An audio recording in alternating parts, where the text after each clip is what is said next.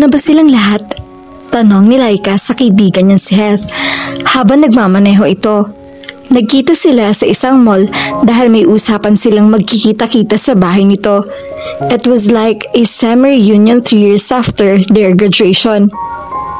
Oo, tayo na lang hinihintay, sagot nito. Napailing siya habang nai-imagine kung ano ang kahihinatnan ng pagkikita nilang iyon ng mga kaibigan niyang lalaki.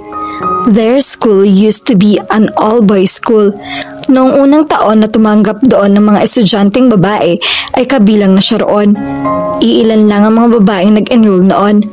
Of course, some people don't and couldn't help but think they were just there to flirt and mingle with the boys.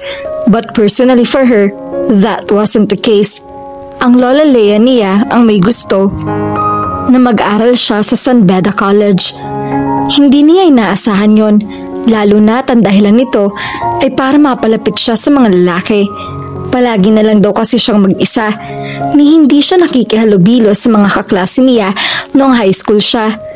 Lumaki siya sa lola niya dahil bata pa lang siya nang sabay na mamatay ang mga magulang niya sa isang aksidente sa ibang bansa. Kahit nang nabubuhay pa mga ito ay hindi rin niya nakakasama mga ito dahil abala mga ito sa trabaho. Hindi istrikto ang lolo niya. Madalas na hinahayaan na lang siya nitong magdesisyon at matuto mula sa pagkakamali niya. Nang maging kagrupo niya sa philosophy sina Heath, Vic, Drew at Luigi ay hindi niya inaasahang magiging kaibigan din niya mga ito. Tila sila pinagsama-samang mga pilosopo sa klase nila. Isa pa, kailangan magtino silang lahat dahil nagbabayadang bumagsak na siya at sila pala sa subject nilang iyon kapag pare-pareho silang hindi nagseseryoso. Nang may parada ni Heath sa garahe ang sasakyan nito ay pinapasok agad siya nito sa loob. Ito na ang nagbuhat ng mga pinamili nilang pagkain. Napangiti siya at hinayaan na ito. Sino mag-aakala na ang dating may bad boy image ay gentleman na ngayon? Nang mag-transfer si Heath sa eskwelahan nila ay pasaway na anak ito. Hindi nito siniseryoso ang pag-aaral nito. Palibhasa ay anak mayaman ito, gagaya pa ng iba niyang kaibigan. At kung hindi pa nito sinabing pag-aari pala ng pamilya nito ang mall kung saan sila nagkita ng araw na iyon, ay hindi pa niya malalaman kung ano talaga ang negosyo ng pamilya nito. Hindi nila napag-uusapan yun noon. Nang makapasok siya sa loob ng bahay, ay sinalubong siya ni Vic. Ito ang masasabing pinakamatino sa lahat ng dahil tahimik at mukhang mahiyain ito. Iyon pala'y nasa loob din ng kulo. Nagulat na lang siya nang malaman niyang dalawa ang girlfriend ito. Ikaw ba talaga yan, Laika? Tanong ni Vic sa kanya. Nakita niyang gulat na gulat ito at tila hindi makapaniwala sa itsura niya. Noong nasa kolehiyo pa sila ay simple t-shirt, maong pants na madalas ay butas-butas pa at Converse rubber shoes ang palaging suot niya. Samantalang ng mga sandaling iyon ay sleeveless and turtleneck, fitted maong pants at leather boots na brown na kakulay rin ng mga handbag niya ang suot niya. And though she still had a bob cut hairstyle, she no longer wore a cap. Unlike before, hindi tuloy na iwas sa mag-react ng mga kaibigan niya. Narinig niyang napamura si Drew habang papalapit sa kanya. Gaya ni Vic ay titig na titig din ito sa kanya. Kailan ka pa nagpa-sex change? Biro nito sa kanya kaya hinampas niya ito ng handbag sa balikat. Isa pa itong palikero pero hindi tulad ni Vic na hayagan pakipaglandian sa mga babae niyon. Ang sama ng ugali niyo. Ngayon na nga lang tayo nagkita-kita, aasarin niyo pa ako? Sagot niya sa mga ito. Hindi ka namin inaasar. Kaya lang, hindi mo kami masisisi kung pupunahin namin ang itsura mo dahil ibang-iba ka noong college tayo. Required ba magsuot ng ganyan sa opisina niyo? Kung ganun, araw-araw susunduin na kita at makikipag-break na rin ako sa girlfriend ko. Sabi ni Drew sa kanya. Loko, sabi na lang niya para matigil na mga ito. Wala talaga siyang balak pumorma ng ganoon, pero dahil nakasanayan na niya ang training nila sa opisina na palaging maging presentable, kaya ganoon ang ayos niya. Asa na si Luigi? Nandun sa kusina, sagot ni Vic. Pinuntahan niya ang direksyong itinuro nito. Excited siya makita si Luigi dahil ito ang pinakamalapit sa kanya. Parang kapatid na ang turing niya rito. Iyong mapang-asar na kapatid. Kaya nang malaman niyang nag-migrate ito at ang pamilya nito sa ibang bansa ay nalungkot siya. Luigi? Malakas na sabi niya pagkakita sa lalaki nagtitimpla ng juice. Kasama nito si Heath na naghahanda ng kakainin nila. Nang lapitan niya si Luigi ay inakala nitong yayakapin niya ito kaya naasar ito nang hawakan at lapitan niya iyon ng juice na katitimpla lang nito. Pagkainom niya sa juice nito ay agad na binatukan siya nito. Hanggang ngayon ay hindi pa rin ito nagbabago. Hiling nito ang batukan siya kapag may ginagawa siyang kadokohan. Bagaman mahina iyon ay napahawak pa rin siya sa ulo niya. Despite the years, they still treated each other like they were still in college. Nagkakantsawan pa rin sila, lalo na't naaalala nila ang mga kalokohan nila noon. Ngunit habang pinagmamasdan niya mga ito, ay kapuna-punang malaki na rin ang ipinagbago nilang lahat. All of them had different careers. Si Heath ay nagsimula ng pamahalaan ng ilang negosyo ng mga pamilya nito. Si Vic ay isa ng video editor sa isang kilalang production company. Drew was disc jockey, while Luigi was an university professor. Siya naman ay kasalukuyang marketing assistant sa isang kilalang kumpanya, ang Nerva Marketing Company. Hindi niya hilig ang mag-marketing dahil aminado siyang hindi siya magaling mangumbinse ng mga tao. Ayos lang naman sa kanya ang mangulit pero naiilang siya sa ideyang gagawin niya iyon para makabenta ng produkto o serbisyo. Mabuti na lang at natutulungan din siya ng mga kaibigan at kakilala niya para magkaroon siya ng mga kliyenteng maaaring kumuha ng serbisyo ng kumpanya nila. Habang inaayos pa ng mga kaibigan niya ang kakainin nila, ay nagpaalam muna siya na makikigamit ng CR. Itinuro niya sa kanya ang daan papunta roon. Pagkatapos mag-CR at makalabas doon, ay nadaanan niya ang isang study room. Bukas ang pinto niyon, kaya nahagip ng kanyang paningin ang isang lalaking nakaupo sa silya habang nagbabasa ng libro.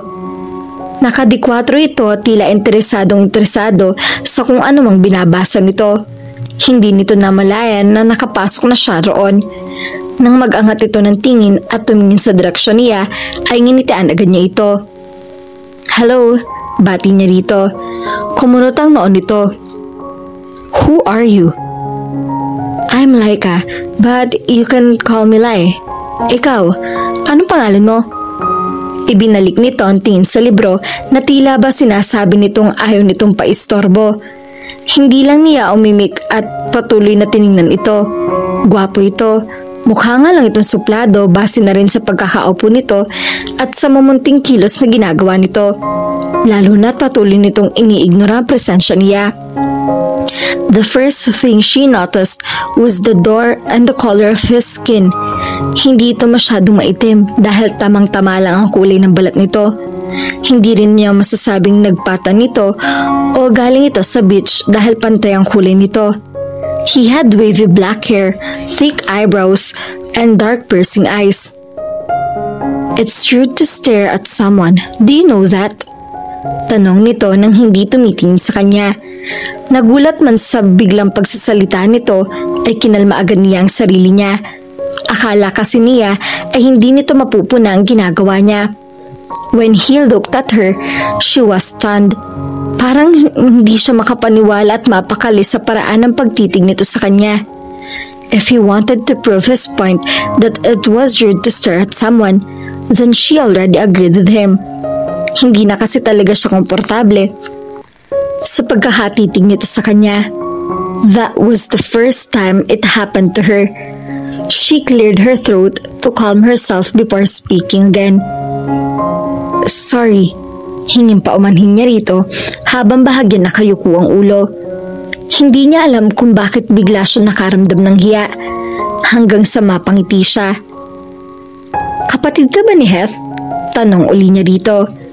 She was really intrigued by him. Magkahawig kasi ang mga ito kaya naisip niyang magkamag-anak ang mga ito. "Are you his visitor?" Tanong din ito sa kanya. Halatang ayaw nito magbigay ng anumang impormasyon sa kanya. Nang tumayo ito ay nagulat siya dahil matangkad pala ito. I'd appreciate it kung hindi kayo mag-iingay habang nandito kayo at kung pwede, huwag din kayo magkakalat dahil off na mga katulong namin ngayon. Pagkasabi niyon ay lumabas na ito ng study room. Ilang segundo nakatulala lang siya sa pintong nilabasan nito. Maya-maya ay napangiti uli siya at mabilis na bumalik na lang sa kusina. Sino yung lalaki na nasa study room niyo kanina? Tanong agad niya kay Heath. Kuya ko yun, sagot nito. Bakit? Anong pangalan niya? Bakit muna? Tanong uli nito. Basta. Are you interested in my brother, Laika? Nagdududang tanong nito sa kanya. Kailan ka pa nagkaroon ng interes sa ibang lalaki bukod sa amin, ha? Tanong ni Luigi sa kanya. Oo nga. At bakit kakaiba yung ngiti mo? Parang may naiisip kang kung ano na pwedeng dapat namin ikatakot. Sabad naman ni Drew. Alam kasi ng mga ito na kahit kailan ay hindi siya nagka-interes na magkaroon ng boyfriend kahit na may ilang nagpapahaging sa kanya. Ang press release niya, career muna bago love life. Pero dahil may nakakuha na ng interes niya, ay biglang nagbago ang isip niya. Wala lang. Ang gwapo kasi niya eh. Kinikilig na sagot niya sa mga ito. Halos sabay-sabay na napailing at napatingin sa iba't ibang direksyon ng mga ito. Patay tayo dyan, sabi ni Drew. Bakit? Nagtatakang tanong niya. Eh kasi, suplado yung si Kuya Veron. Walang pinapansin yan. Pwede na lang kung may maninita at kung may mahihita siya sa taong kakausapin niya. Sagot ni Heath. Veron palang pangalan niya. Napapaisip na sabi niya. Alam niyang may kapatid si Heath pero hindi niya alam at hindi niya inaasahang ganun palang itsura ng kapatid nito. Eh ba't ngayon ko lang siya nakita? Nagtatakang tanong naman ito. Malamang, ngayon ka lang kaya napadpad dito. Sagot ni Vic. At hindi naman siya nakakadalo sa graduation natin dahil alam namin, kakauwi lang niyan galing Amerika. At antindi mo rin kami tinatawag namin siyang kuya. Tapos ikaw, first name basis lang ang tatawagin mo. Ni hindi ka nga niya kilala. Hirit naman ni Luigi. Siyempre, ang pangit naman kung tatawagin ko siyang kuya, di ba? Lalo na kung magiging kami rin naman sa bandang huli. Hindi papatalo sagot niya sa mga ito. Asa? Sabay-sabay na sabi ng mga ito, saka nagtawanan. Binuksan ng bahagya ni Veron ang pinto ng restroom na nasa loob ng opisina niya para silipin ang sekretarya niya. Doon niya naisipang magtago. Is she gone? Tanong niya rito na ang tinutukoy ay si Laika Mendez o mas kilala sa tawag na Lai dahil iyon ang madalas na tawag ng kapatid niya sa babaeng iyon. He wasn't really interested in knowing her but since she kept sending a brochure along with her calling card to his office, he had no choice but to know her full name and where was she working. Ilang beses na rin siyang kinukulit nito. Madalas na pinapadalhan siya nito ng kung ano-anong text messages na minsan lang niya sinasagot para lang tanungin kung sino ito. When she told him who she was, he didn't reply. What for? He wasn't interested in her anyway. And he hoped that somehow she would get his silent way of telling her to back off. Unfortunately, she didn't. Kung pwede nga lang siyang magpalit ng numero ay ginawa na niya. Ang kaso, ang numerong gamit niya ay napaka-importante sa kanya dahil karamihan sa mga contacts niya ay mahirap ng hagilapin. Besides, it would be a hassle for him to inform everyone about his new number. And would he do that just because a girl kept sending him different quotes every day? No way. Pero hindi siya sinasagot ang mensahe nito ay idinadaan naman ito sa pagpunta-punta sa opisina niya ang pagnanais nito na makita siya. They already rejected her business proposal. Hindi nila kailangan ng marketing services na iniaalok nito dahil mayroon silang sariling marketing department. And in case they needed their company's services, their marketing staff would be the one to call them, not the CEO of the company himself.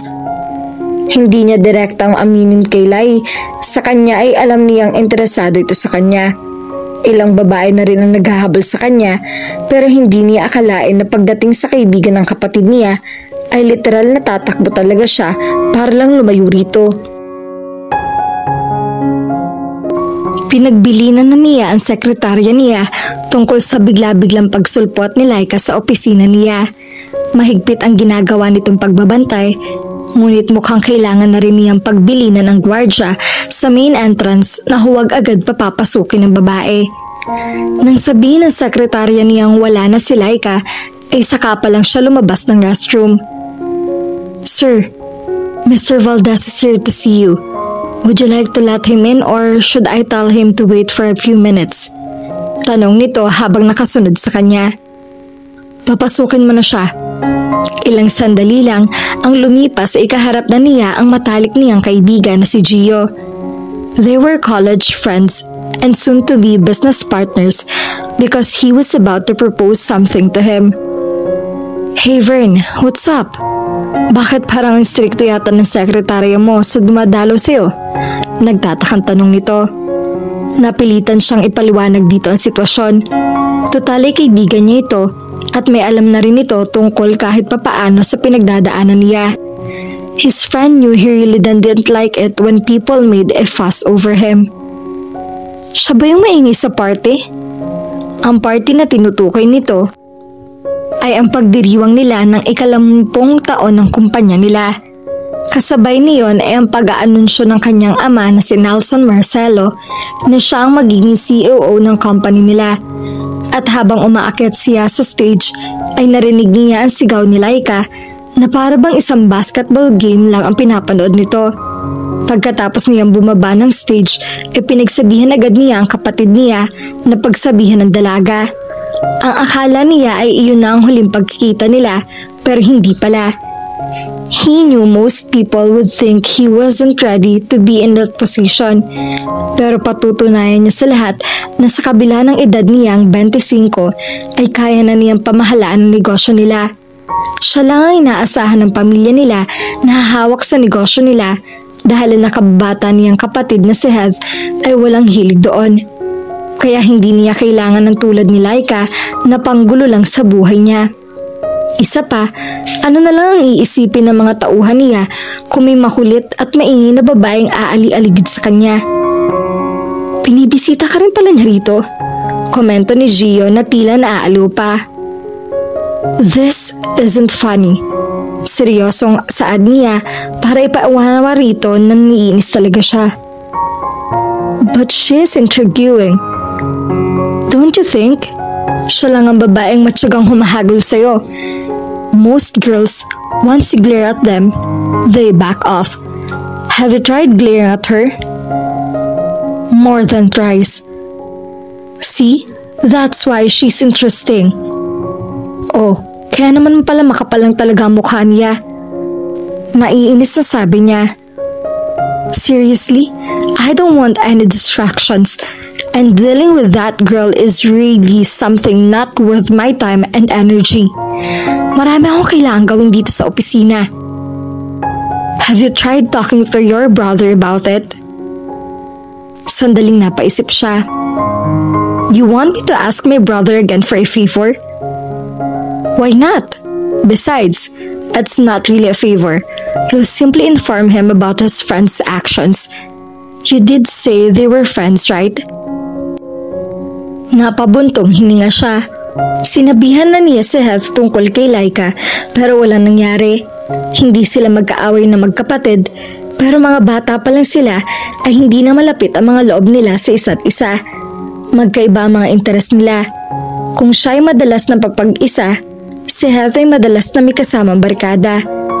The only problem they had with him was when he didn't take his studies seriously while he, on the other hand, couldn't even wait to finish his master's degree. And so most people thought Heath was the black sheep of the family. But even though they were friends, Heath seems to support Laika's crazy antics just to get my attention. So do you think he'll even try to tell her to stop pestering me?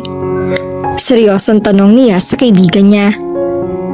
You'll never know until you try, Vern. Simpleng tugon nito. Fine, sabi niya, saka dinampot ang cellphone niya sa ibabaw ng mesa.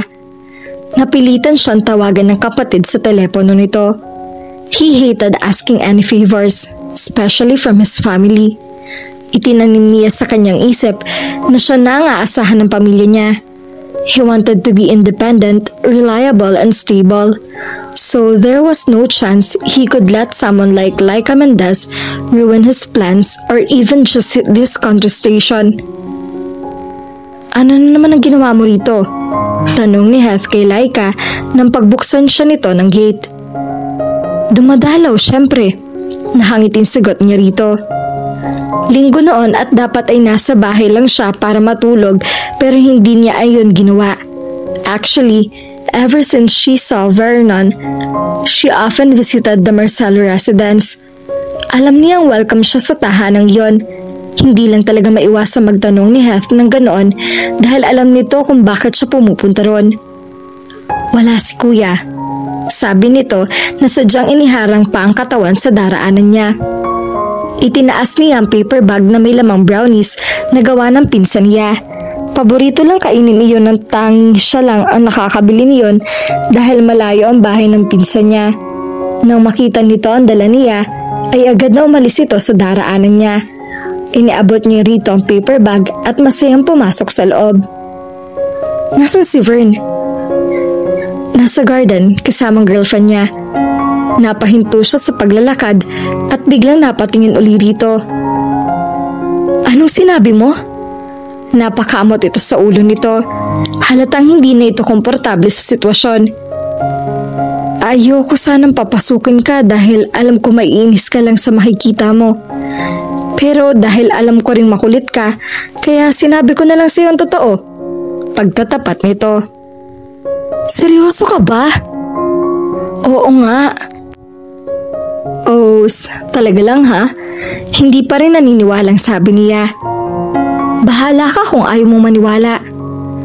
Nilapitan siyang tumakbo patungo sa garden. Bago pa man siya makarating doon, ay tanaw mula sa bintana ng living room ang porch at ang garden area na nasa likod ng bahay. Hindi na niya kailangan lumapit sa dalawang taong nakaupo sa wooden chairs para matukoy kung nandoon nga si Vernon dahil kitang-kita niya iyon mula sa kinatatayuan niya. Hindi siya natuwa sa nakita niyang pagkakalapit ng dalawa. Vernon had a serious expression as well as the girl sitting across him, but they seemed to be familiar with each other. Hindi tulad niya na kinatutuntan nito ang noo o kaya ay hindi man lang siya nito tinitingnan. Hindi tuloy niya maiwasang mainis sa babaeng iyon kahit hindi pa niya iyon nakikilala. Nakasimangot siya nang balikan niya si Heath. Nasa kusina ito at naghahanda ng merienda nila. Pabagsak na umupo siya sa isa sa mga silyang kaharap ng dining table. Nakita ko na yung girlfriend ni Vern. Imporma niya rito. Ang ganda niya, diba? Nakangising tanong nito sa kanya habang ipinagtitimpla siya ng juice. Oo, kaya nga naasar ako eh. Pag-amin naman niya rito. Hindi na niya maitago ang inis niya. Alam ni Heath na crush talaga niya ang kapatid nito. And she also admitted to him she wanted to know Vernon better. Kaya kinukulit niya ito ng kinukulit para makuha niya ang cellphone number ng kapatid nito maging ang mga address ng opisina ng mga ito. Hindi sa inaasahan niya magugustuhan din siya ni Vernon pero hindi rin niya inaasahan na may girlfriend na pala ang binata. Ang akala kasi niya sa sobrang suplado nito kahit sinong babae hindi nito pag-iinteresan na ligawan. Hindi na inamin mo rin na pangit ka. Pang-aasar pa sa kanya ni Heath. Hindi ako pangit. Nagkataon lang na mas maganda siya sa akin. Humalakhak ito na lalo niyang ikinainis. Imbes na aluin siya ay inaasar pa siya nito. Ngunit maya-maya ay tinitigan siya nito ng mataman. You know I hate lying to you, right? Hindi siya umimik. Sa tagal ng pagiging magkaibigan nila, hindi talaga nito magawang magsinungaling sa kanya. He could be a prankster but never a liar. I'm actually not sure if Kristen is Kuya Vern's girlfriend. Well, maybe not yet, but soon enough, she will be. Kababata namin siya at ipinagkakasundo silang ipakasal. Matagal na. Napaisip siya sa sinabi nito. So, they're not really an ordinary couple? They're just together because of some agreement? Ganon? Yup. Anito, saka kumagat sa brownies sa dala niya. Eh di okay.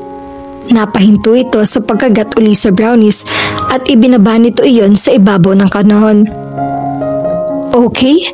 Meaning, you won't be interested with my brother now? Hindi. May sinabi ba akong ganon? Ang sabi ko lang, okay. Meaning, I'm glad they aren't really the kind couple of who are actually in love with each other. Ibig sabihin, may pag-asa pa ako. Gets? Napailing na lang ito. Laika, I don't like to tell you this but... Then don't. Putol niya sa sasabihin nito. But I insist because you need to hear this. Ayoko maasar ka sa kapatid ko, pero sinabihan niya ako na pagsabihan kang tantanan mo na siya. My brother is a workaholic. He would and will dedicate his life to our company because ever since he was a kid, that was what he knew he was destined to do. So dating girls or even just entertaining them isn't part of his priority. I don't care. I still like him. Giit niya. But he doesn't like you. Sinabi niya yun? Nagdududang tanong niya rito. Oo. Kailan? At paano niya sinabi yun sa'yo? Kahapon. Pinanlakihan pa siya nito ng mga mata para ipabadid sa kanya na seryoso talaga ito sa mga sinasabi nito. And just in case you want to know, tell your friend Laika to stop pestering me. I'm not interested in her. Are actually his exact words. No more, no less. Huminga siya ng malalim at muling napaisip. Alam niya nagsasabi ito ng totoo. Masaklap para sa kanya na malaman na ayaw pala talaga sa kanya ni Vernon. Ang akala niya ay talagang abala lang ito. But then she thought, as she walked on her way home, should it really make her sad if he said those words?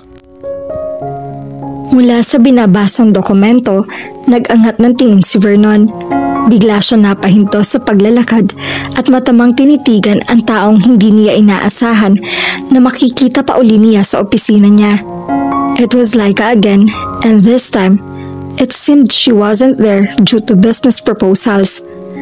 Nakasimpleng blouse at maong pants ito. Bagaman hindi formal ay disente ito tingnan. He closed the folder he was holding and walked towards her. He didn't know how she got past the security, but he would find that out soon enough. Hello, nahangiting bating nito sa kanya. Ang plano niya ay magkulong na sa opisina niya, kaya walang imik na nilampasan niya ito. Ngunit nakasunod agad ito sa kanya. I brought you some lunch.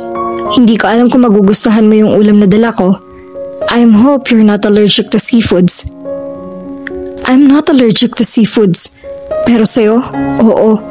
Sabi niya sa isip niya para maibsan ang iritasyon niya. He sat on his swivel chair and just let her do what she wanted. Do you want me to eat now?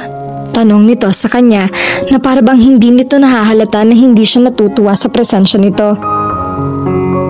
Maybe it was time to tell her directly what his brother failed to tell his annoying friend.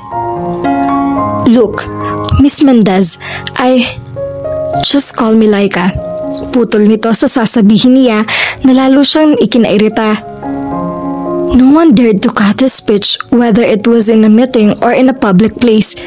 Paano nito nagagawang tratuhin siya ng ganon? She didn't even call her kuya na para bang kaedad lang niya ito. He knew because he often heard her call him by his nickname. Would you mind if I'll be blunt with you? Diretsahan tanong niya rito. No. Good.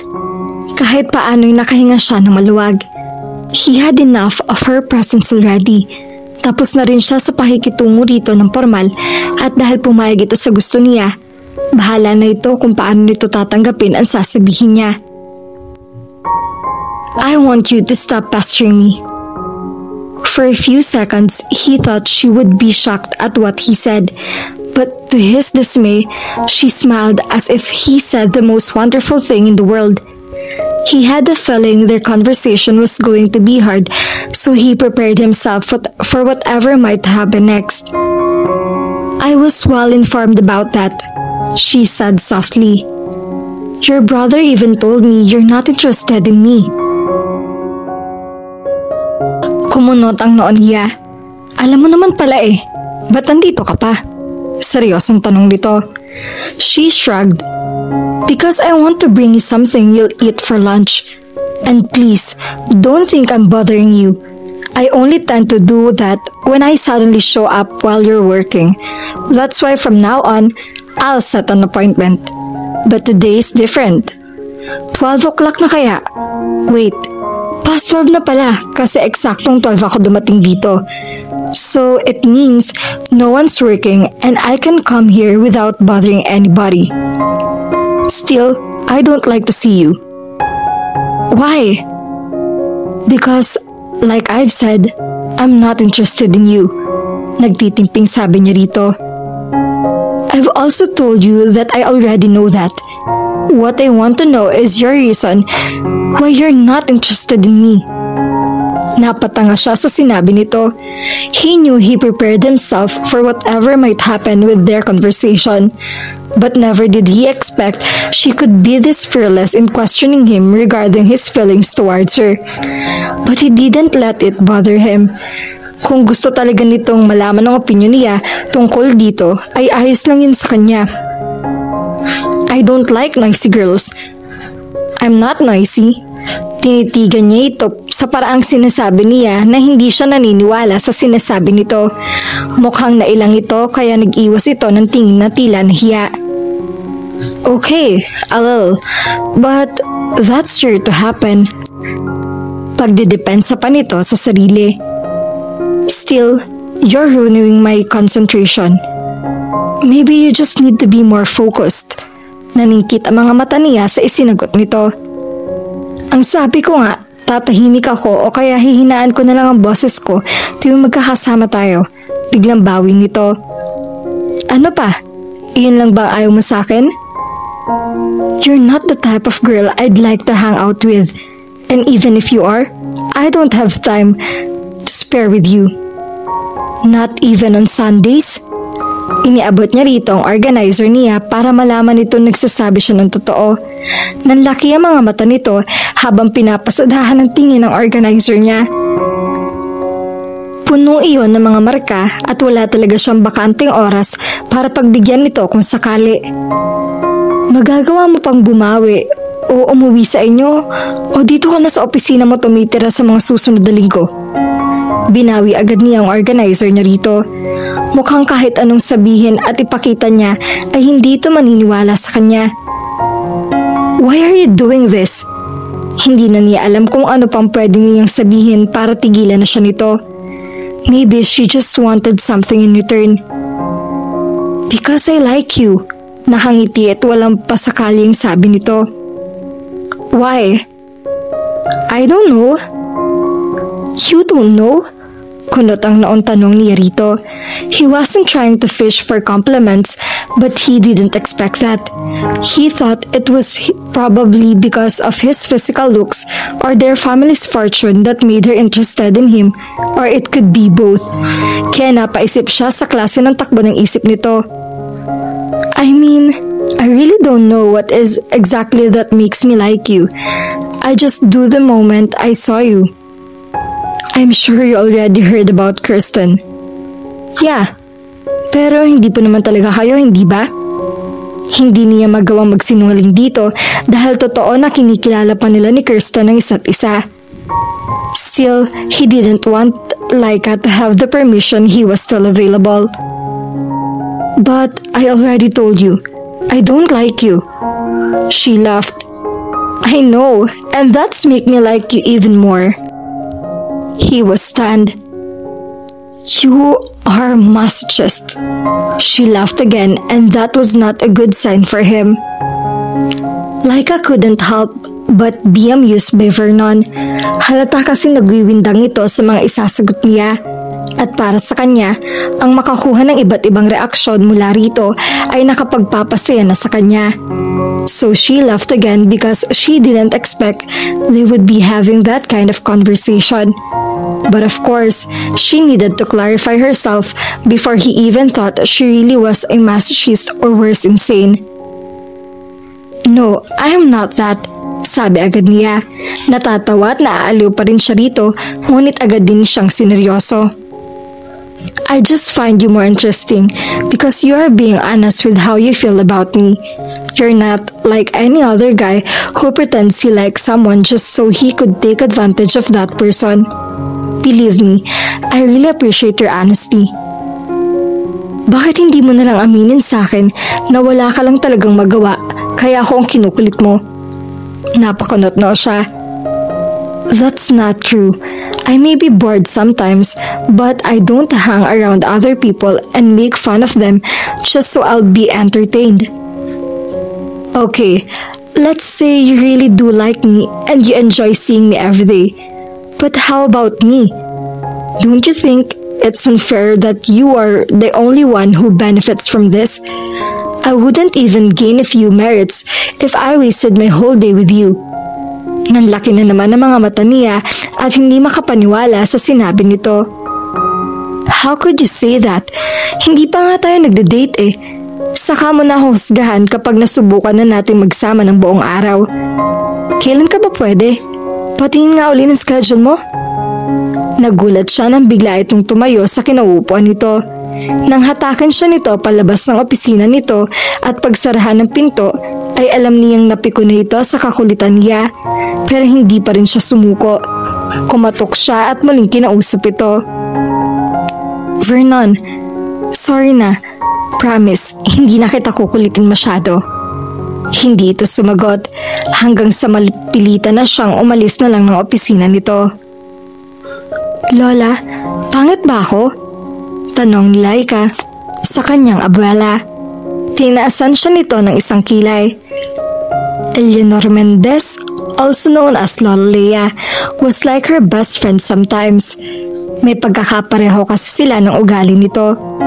Nasa loob sila ng Memento, isang jewelry shop na negosyo nito noon pa. Nakapwesto iyon sa loob ng mall na pag-aari ng pamilya Marcelo. Sino nagsabi na pangit ka? Tanong nito habang tinitingnan ng mga bagong disenyo na o-orderin nito sa kakilala nitong jewelry designer.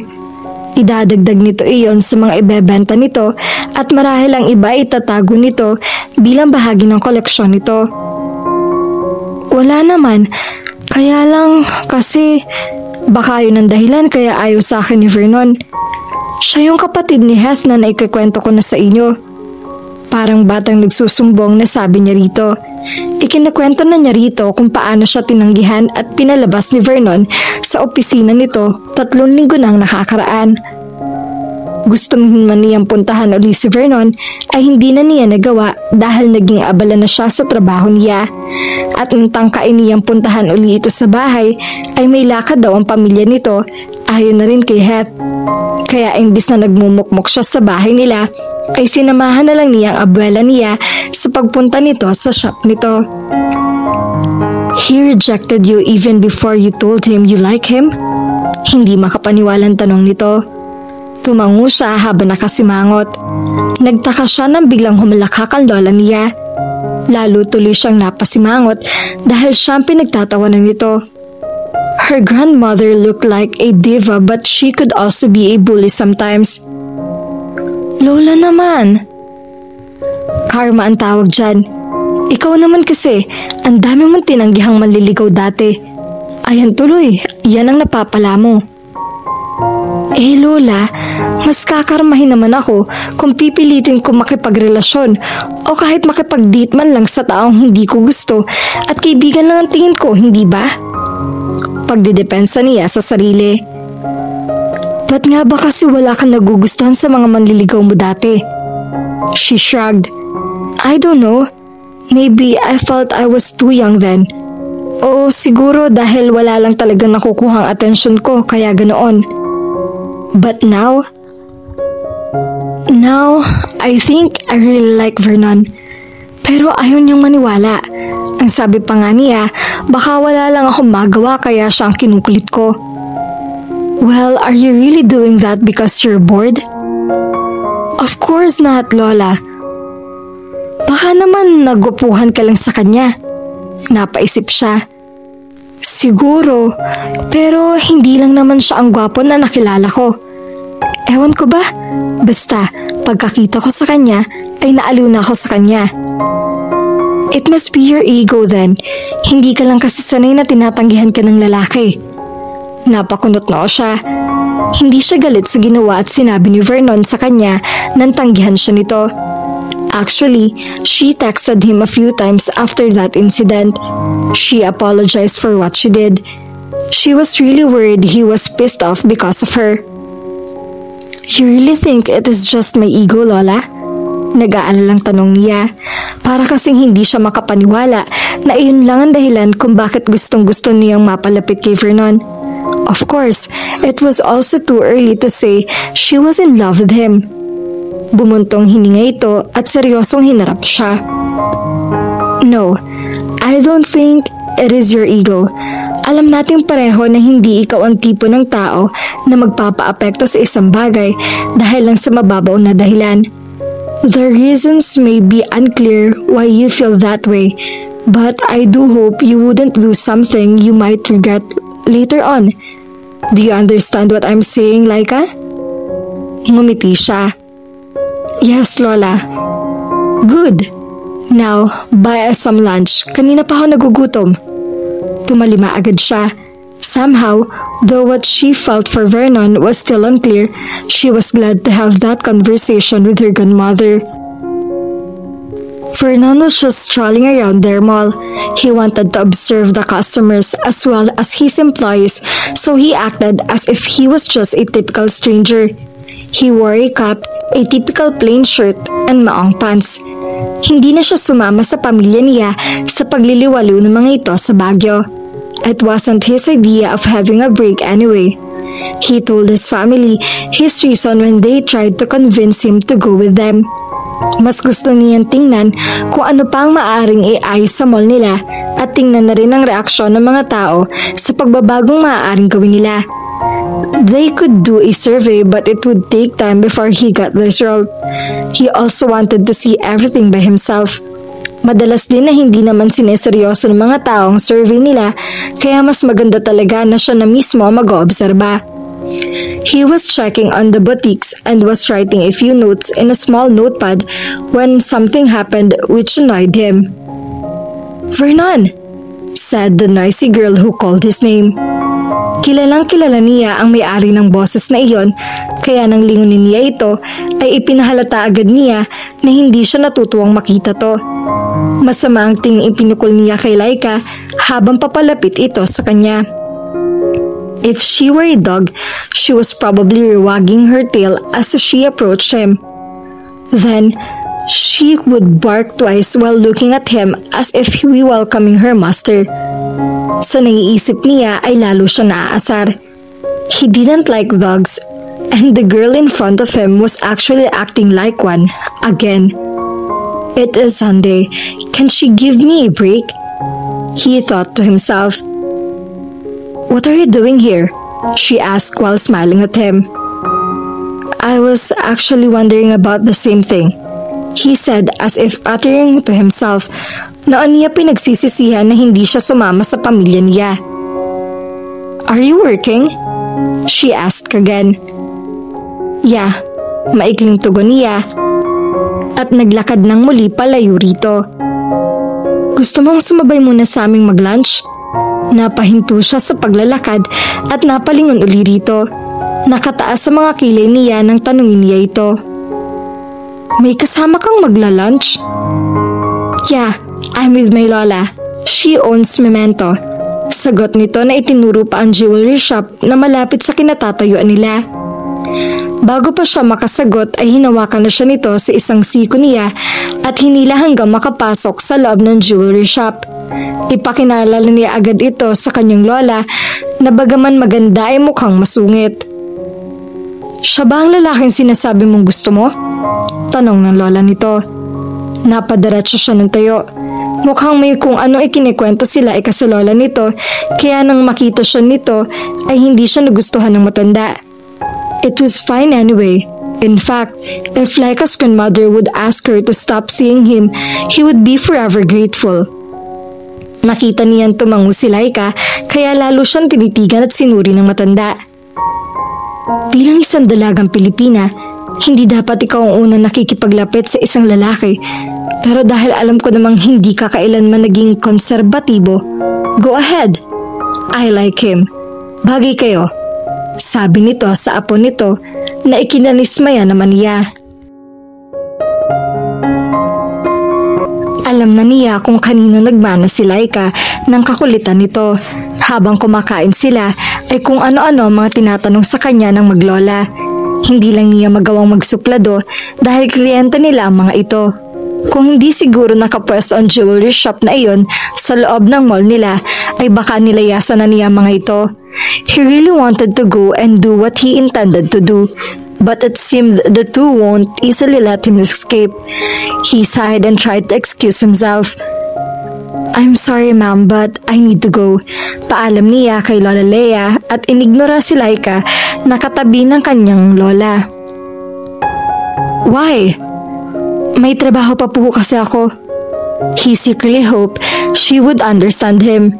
Total, gaya nito na naghahanap buhay rin ng araw na iyon, ay hindi naman siguro nito itatanong kung bakit nagtatrabaho siya sa araw ng linggo. Ano ba kasing gagawin mo at kailangan mong umalis agad? Halatang naiinis sa tanong ni Laika sa kanya. Kanina pa kasi itong hindi niya pinapansin. I need to check what needs to be improved in our mall. Paliwanag niya sa mga ito para maipaunawa na importante ang gagawin niya kaya wala siyang oras para sa mga ito. I can help you with that, sagot ni Laika. Actually, tingin ko mas maganda kung mas maraming kainan dito sa loob ng mall nyo. Pero syempre, dapat magandang pagkakapwesto sa mga yon. What if you create a park or something like garden at the center? Total, kadalasan naman ng mga pumupunta rito ay ginagawa lang itong tambayan. A park? Tanong niya rito sa parang hindi siya makapaniwala sa naisip nitong iyon. Oo, para hindi naman pulos building ang makikita, diba? Damihan niyo na rin ng trash cans niyo sa bawat floor kasi kaya madalas makalat. At kung saan-saan na lang itinatapon ng mga tao ang basura nila ay dahil hindi agad nila makita ang mga trash can dito. Gusto niyang mainsulto sa sinasabi nito pero dahil nakita niya na rin mismo ang ilang lugar kung saan may naiiwang mga basura, alam niya nagsasabi lang ito ng totoo. Now he felt like there were a lot of things to improve with regards to their facilities. Fine, I'll take note of that. Sabi niya pagkatapos ay isinulat na niya mga sinabi nito sa kanya. Would you like me to arrange the boutiques as well? Like per category or something? Tanong na rin niya kahit bahagya siyang naiinis. Mukhang hindi ito magpapaawat sa pagbibigay ng opinyon nito kaya mabuti na rin na pakinggan niya mga ito. And talking about their business was far better than talking about other things such as why she still liked him. And so, after several times of listing all her suggestions about their mall, he finally was able to say goodbye to the two ladies. Hindi niya alam kung matutuwa ba siya o hindi sa nangyayaring iyon sa kanya. One thing he was sure of was he didn't want to spend more time with Laika Mendez. She was affecting him like no other person could it and really wasn't a good thing for him. Aray naman, daing ni Laika habang sapo ang kanyang noo pagkatapos iyong pitikin ni Heath. Nasa loob sila ng kwarto nito at naglalaro ng tong its. Ang panalo ang siyang pipitik sa natalo. At dahil siya lang naman ang kalaro nito, ay kanina pang namumula ang noo niya dahil hindi siya manalo-nalo rito. Nagpumilit na naman siyang pumunta sa bahay ng mga ito para lang makita si Vernon. Isang linggo na ang lumipas mula nang makita niya ang binata sa mall. Tuwing maaalala niya ang pangyayaring iyon ay napapangiti na lang siya.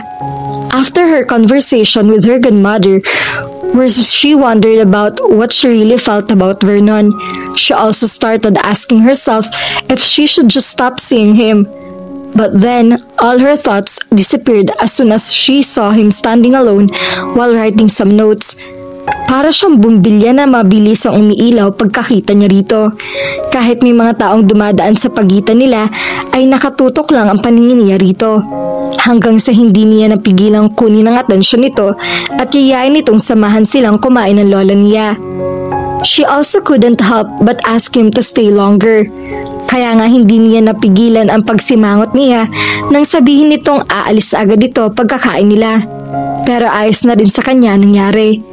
Masaya na siya na nakilala nito si Lola Leia at boto pa ang abuela niya kay Vernon. Ang kaso, kabaligtaran na reaksyon ng Lola Leia niya ang reaksyon ng mga kaibigan niya.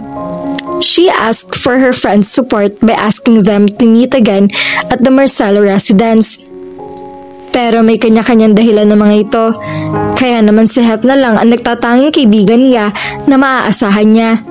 Pero pagdating niya sa sinasermonan agad siya nito. Alam na pala nito na kinukulit pa rin niya ang kapatid nito kahit na pinagsabihan na siya nito.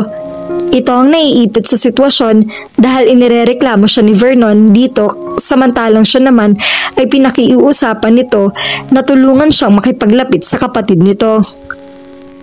Oh, sige na, sorry na. Hindi na ako mangungulit. Sabi na lang niya para tumigil na si Heath sa kasasermon. Pero lalapitan mo pa rin siya. Siyempre naman, nahangising sagot niya. Ngunit ng araw ding iyon lang niya nalaman kung bakit pinatitigil na siya nito sa panliligaw niya sa kapatid nito.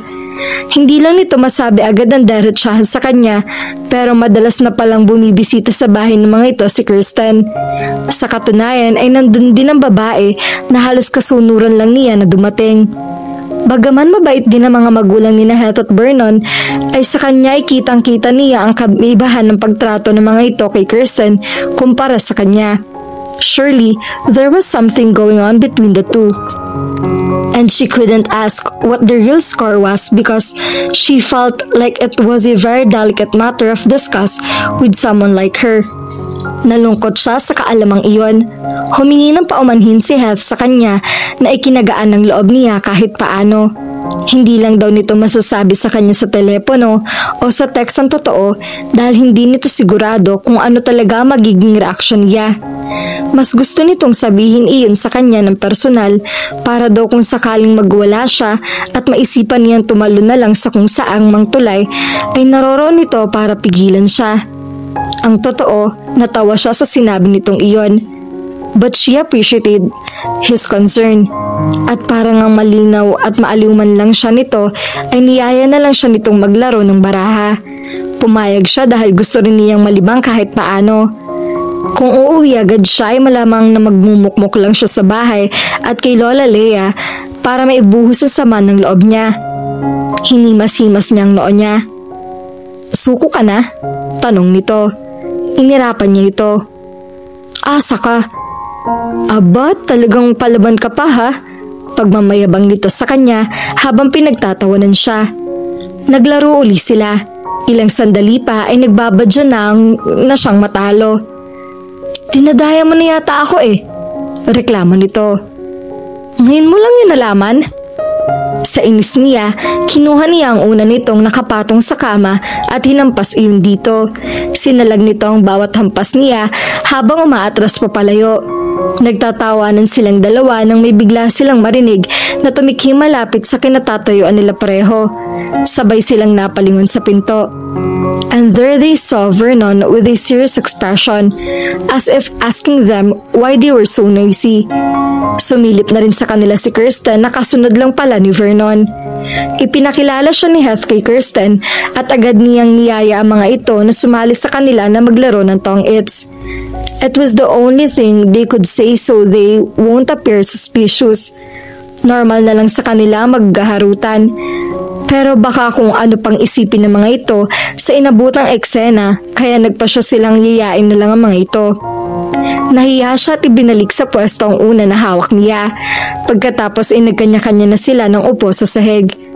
Mabuti na lang at hindi niya katapat si Vernon, kaya may dahilan siya para hindi ito titigan ng diretsyo. Napapakamot na lang siya sa ulo habang nakikipaglaro kay Kirsten. Hindi pala ito marunong mag-tong-its at nahihiya lang itong aminin niyon sa kanila kahit nahahalatang halata na. Hanggang sa hindi na nakatiis si Heath, ito na ang kusa nagturo kay Kirsten na nakinig naman sa lahat ng sinasabi ng kaibigan niya kahit na mukhang naiilang. Vernon, on the other hand, was in a silent mode ever since he entered the room. Hindi niya tuloy alam kung ano ang iniisip nito tungkol sa kanila ni Heath. Hindi na siya mapakali sa presensya nito kaya nagpaalam na rin siyang uuwi na. Pakiramdam kasi niya ay kalabisan na kung magtatagal pa siya roon. Gusto mo ihatid na kita? Tanong ni Heath sa kanya habang papalabas na siya. Hindi na, thank you na lang, natetensyong sagot niya. Nang nasa kalye na siya ay sakalang siya nakahinga ng maluwag. Napailing siya habang iniisip ang epekto ni Vernon sa kanya. Napahawak siya sa dibdib niya dahil ang lakas pa rin ng tibok ng puso niya. Kahit walang balak si Vernon na makipaglaro ng tong-its kina Heath at Laika, ay napilitan siyang gawin iyon para hindi kahit papaano ay maghiwalay ang dalawa. He had a bad feeling about those two being in a private place such as his brother's room. Hindi naman nakasara ang pinto ay hindi pa rin niya napigilang dumaan doon, lalo na't dinig na dinig niya ang tawanan ng mga ito. He hated confronting his brother. He and his father didn't really talk to him much. Ayaw rin kasi nito ng napagsasabihan. He did try being close to him, but unfortunately, their interests were really different until they just found themselves treating each other in a civil manner. Ngunit sa pagkakataong iyon, ay kinakailangan niyang kausapin ito tungkol sa ilang personal na bagay para malinawan ang ilang katanungan sa isip niya. Inabangan niya itong makapasok uli sa bahay nila pagkatapos ihatid si Laika hanggang sa makalabas ng gate nila. I have a few questions to ask. Deklara agad niya nang makita siya nito. Ano yun? Nakakunot ang naong tanong nito sa kanya. May gusto ka ba kay Laika? Napamaang ito sa kanya. Obviously, he wasn't expecting that. Kuya, hindi ko alam na interesado ka palang malaman ng tungkol sa love life ko. Pero ikakagaan ba ng loob mo kung sasabihin ko sa iyong may iba akong nililigawan ngayon? Siya naman na nagulat sa sinabi nito. Well, yes. I would be glad to know you're not secretly in love with your friend. Why? Because I don't like her for you. Why do you hate her that much? Why does it bother you? Umiling ito. It was actually their normal way of talking to each other. Kahit naman hindi sila malapit sa isa't isa, ay masasabi niyang wala silang samaan ng loob.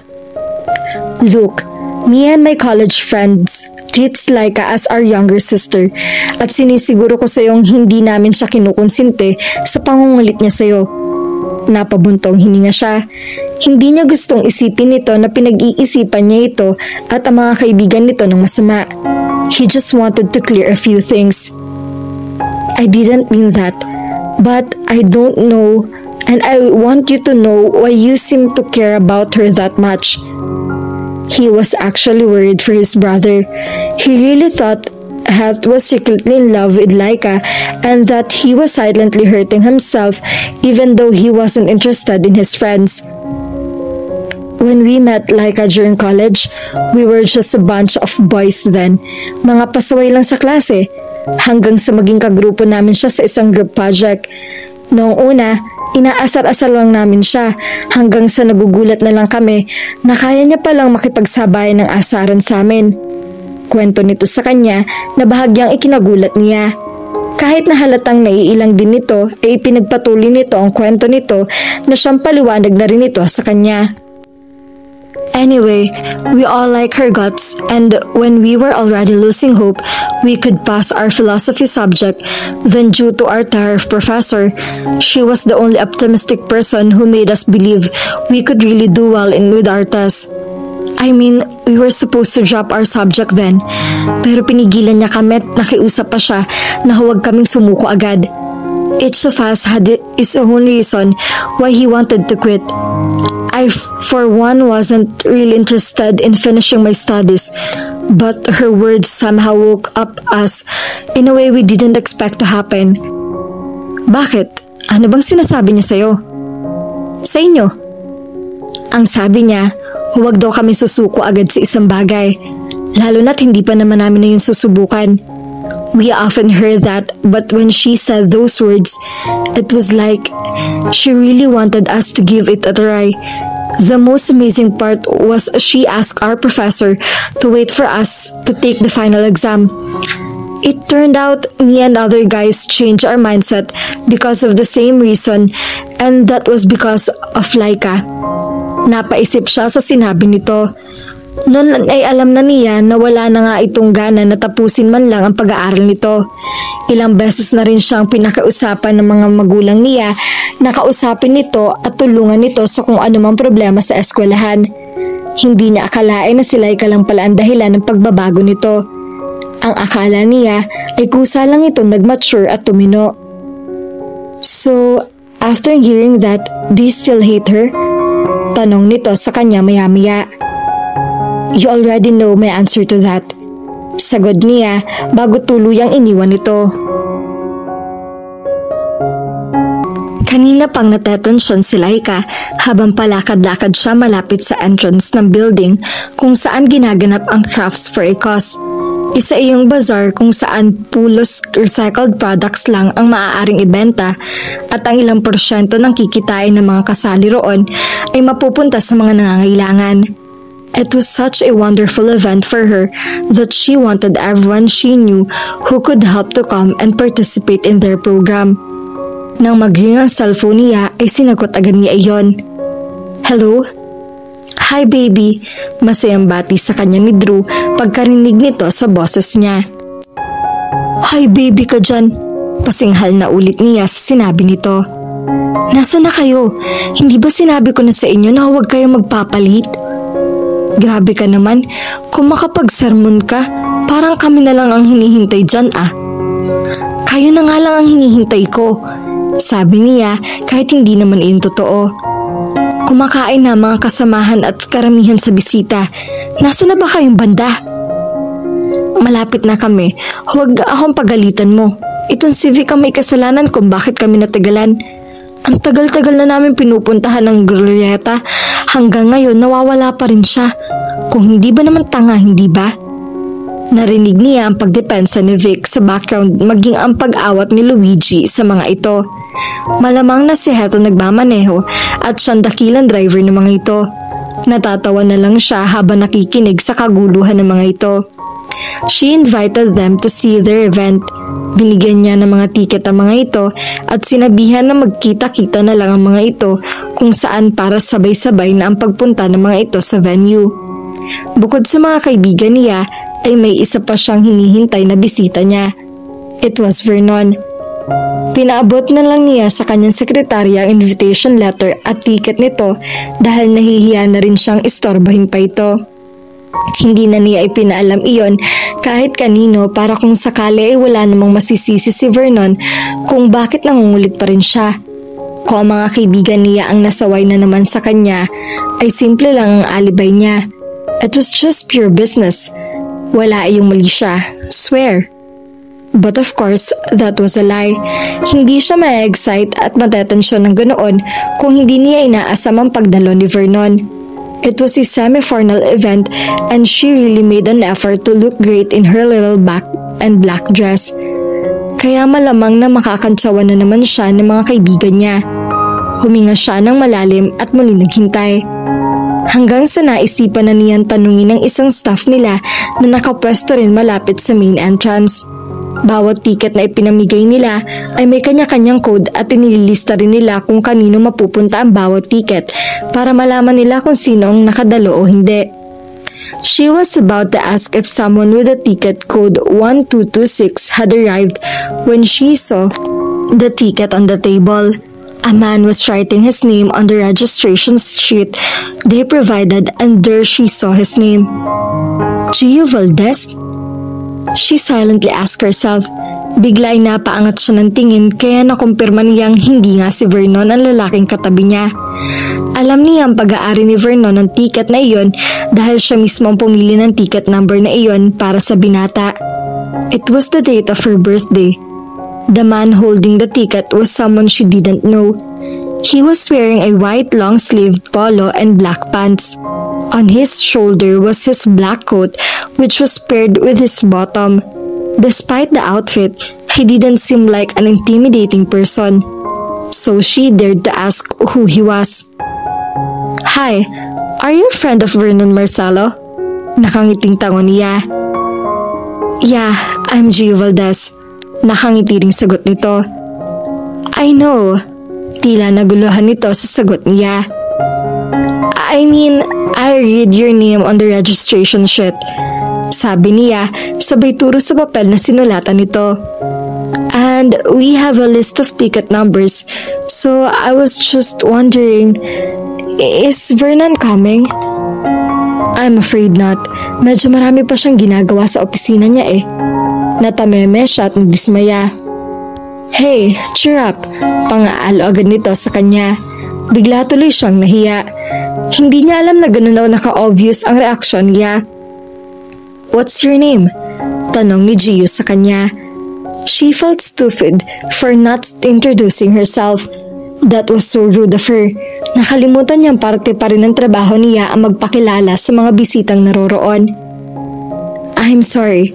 My name is Laika Mendez, but please do call me Lai." "Ah, I thought so." Napakunot siya ng noo kaya ito naman ang nagpaliwanag sa kanya. "I've heard a lot about you from Vern." She smiled nervously. Ano kaya sinasabi ni Vern tungkol sa akin? "Don't worry, your secret is safe with me. You really do like him, don't you?" Pakiramdam niya ay nag-init ang mga pisngi niya sa kahihiyan. Wala lang pala sa itsura nito, pero mapang-asar din ito tulad ng mga kaibigan niya. Tama ba naman tanungin pa iyon? Halatang halata na nga siya nito. "He also didn't give me the ticket. I was the one who grabbed it from him." Mukhang hindi rin naman kasi siya interesado, kaya nang mabasa ko yung invitation, sabi ko ako na lang ang pupunta. "I hope you don't mind." Napamaang siya dito. "Of course I mind." Gusto niyang awayin nito. Kung pwede lang, baka kanina pa niya itong hinampas. He had no right to get someone else's invitation. Kung sabagay, sinabi naman ito na abala si Vernon, kaya hindi ito makakapunta. At marahil para siguro hindi masayang ang ticket, kaya kinuha na lang nito iyon mula kay Vernon. Naiinis man siya ay inisikaso na rin niya ito gaya ng pagtrato niya sa iba pang bisita. Nang dumating na mga kaibigan niya ay nalaman niyang kakilala rin pala ng mga ito si Gio. Hanging out with her friends wasn't really her intention that night. But then, instead of being frustrated, she just laughed it out with them. Ang akala niya ay tuluyan ng matatapos ang gabing iyon na dismayado siya sa hindi pagdalo ni Vernon. Ngunit bigla silang maghiwa-hiwalay ng mga kaibigan niya at ni Gio ay may ibinulong ito sa kanya. "You can come next week at Vern's office if you like. Doon gaganapin ang birthday party niya since tumapat yun sa araw ng Biyernes." Nabuhayan siya ng loob ng sinabi nito, lalo nang palihim na iniabot nito sa kanyang imbitasyon sa sinasabi nitong okasyon, kaya ngiti-ngiti siya nang muling humarap dito. It seemed he couldn't be helped but be amused at her reaction. Hindi lang niya magawang tumili dahil siguradong magtatanong ang ibang kasama niya. Pero sa isip niya ay masayang-masaya talaga siya. Hirap na hirap sa paglalakad si Lai dahil sa taas ng takong ng sandalyas na suot niya. Kapares ng gown na binili niya ng ora-orada. Sa tagal kasi niyang pumili ay namalaya na lang niya na kinabukasan na pala ang kaarawan ni Vernon. She really hated formal parties. Bukod sa mabusisi ang kinakailangang gawin paghahanda, ay naiinis siya sa ideyang pupunta pa rin siya sa parlor para lang magpaayos. Na para bang kapag nagbabad siya roon ng buong araw ay mag-iiba talagang itsura niya. But her Lola Leia said, she really looked nice, especially since she also lent her some of her jewelry. Pero hindi tapos doon ang pag-exert niya ng effort. Pagkatapos masiraan ng sasakyan ay napilitan siyang iwan na lang ang driver nila sa kalye. Ngunit pagsakay niya sa taxi ay naipit naman sila sa traffic. Despite being late, she finally made it into the venue. Inayusan ang function room ng opisina ni Vernon. Pagdating niya ay nakapwesto na sa kanya-kanyang upuan ng mga bisita. She was very nervous and was also excited. Nang makita niya mga regalo na kapatong sa isang gilid, ay nahulaan niyang doon iniiwan ng mga regalo para kay Vernon. Bahagya pa siya nag-alangan kung ipapatong din niya roon ang regalo niya. Bukod kasi sa maliit iyon kumpara sa mga paper bag at kahon na may kanya-kanyang balot at ribbon, ay magmumukha yung kakaiba dahil recycled paper lang ang ipinambalot niya roon. It was actually a souvenir from the crafts for a cause event. All the visitors stood up while clapping because Vernon's father was about to give a speech. Bahagya siya nagpalinga-linga hanggang sa tuluyan na siyang tumiyad para makita kung nasaan si Vernon. Mabuti na lang at napuna agad siya ni Gio na mukhang inaabangan talaga ang pagdating niya dahil papalapit na ito sa pwesto niya na malapit na rin sa entrance. "Hi, I'm glad you made it." Nahangiting bati nito sa kanya. "Yeah, medyo na-traffic lang ako. Pero mukha namang tao pa ako, hindi ba?" "You look great." Kahit paano'y kumalma siya. She was never vain, but when it came to Vernon, she really learned to be conscious about how she looked, especially that day. Hindi niya alam kung bakit natetensyon siya habang iniisip kung ano ang dapat sabihin kapag nagkita sila ni Vernon. She was thinking of greeting him first before asking why he didn't attend their event. Naagaw ng ama nito ang atensyon niya. Mr. Nelson Marcelo was introducing Kirsten Lee, the daughter of her best friend, whom he wanted to be his son's fiancé. Ipinaliwanag nito sa kanilang lahat na matagal na nito iyong plano maging ng kaibigan nito. Bahagya pa nga nito ay kinuwento kung paano nagkaroon ng kasunduan ng mga ito. Of course, there's no wedding date yet. Ayoko namang sabihin ng anak ko na binibigyan ko agad siya ng sakit ng ulo. Lalo na't kailan lang ay naging CEO siya. Sabi pa nito. Nagtawa na ng mga bisita. Napayuko naman siya. For a few seconds, she stood there as if she was just having a bizarre dream. But when she looked at Gio and saw that he was also staring at her, she walked away. Bigla ay marami nagsulputang tanong sa isip niya. Iniisip niya kung sinasadya ba iyon ni Gio para lang pagtripan siya o gusto lang nitong ipakita sa kanya ang totoo para tigilan na niya ang kaibigan nito.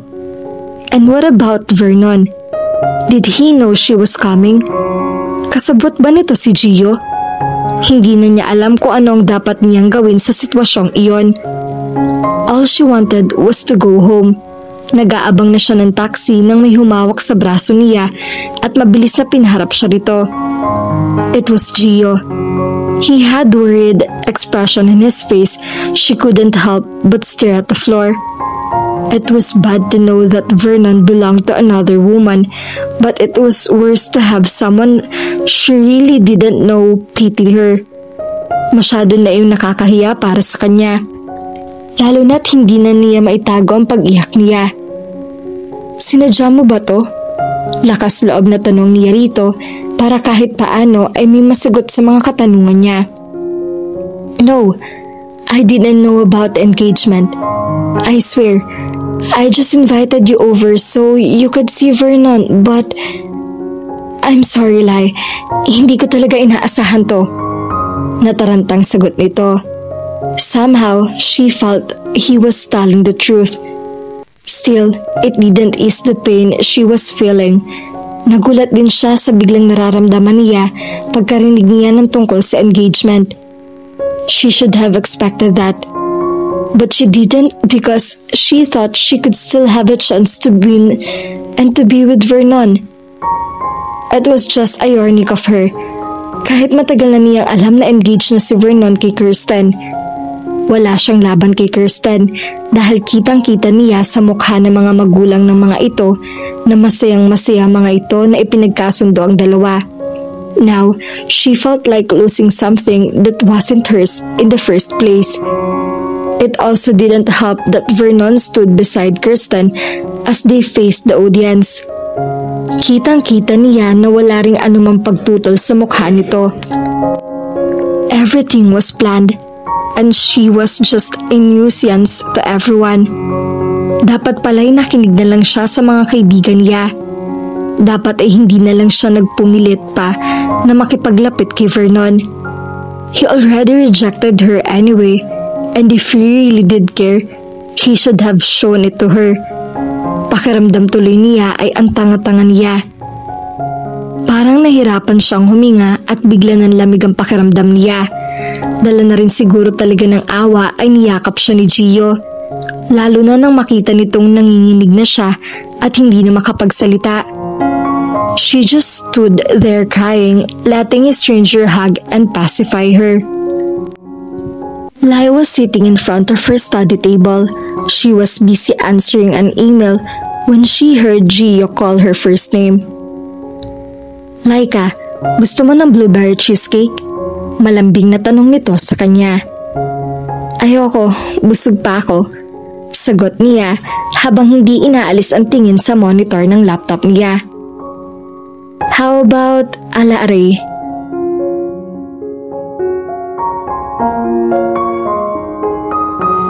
At dito na po nagtatapos ang ating kwento. Sabay-sabay po nating abangan ang susunod na kabanata. Maraming salamat po. God bless and stay safe.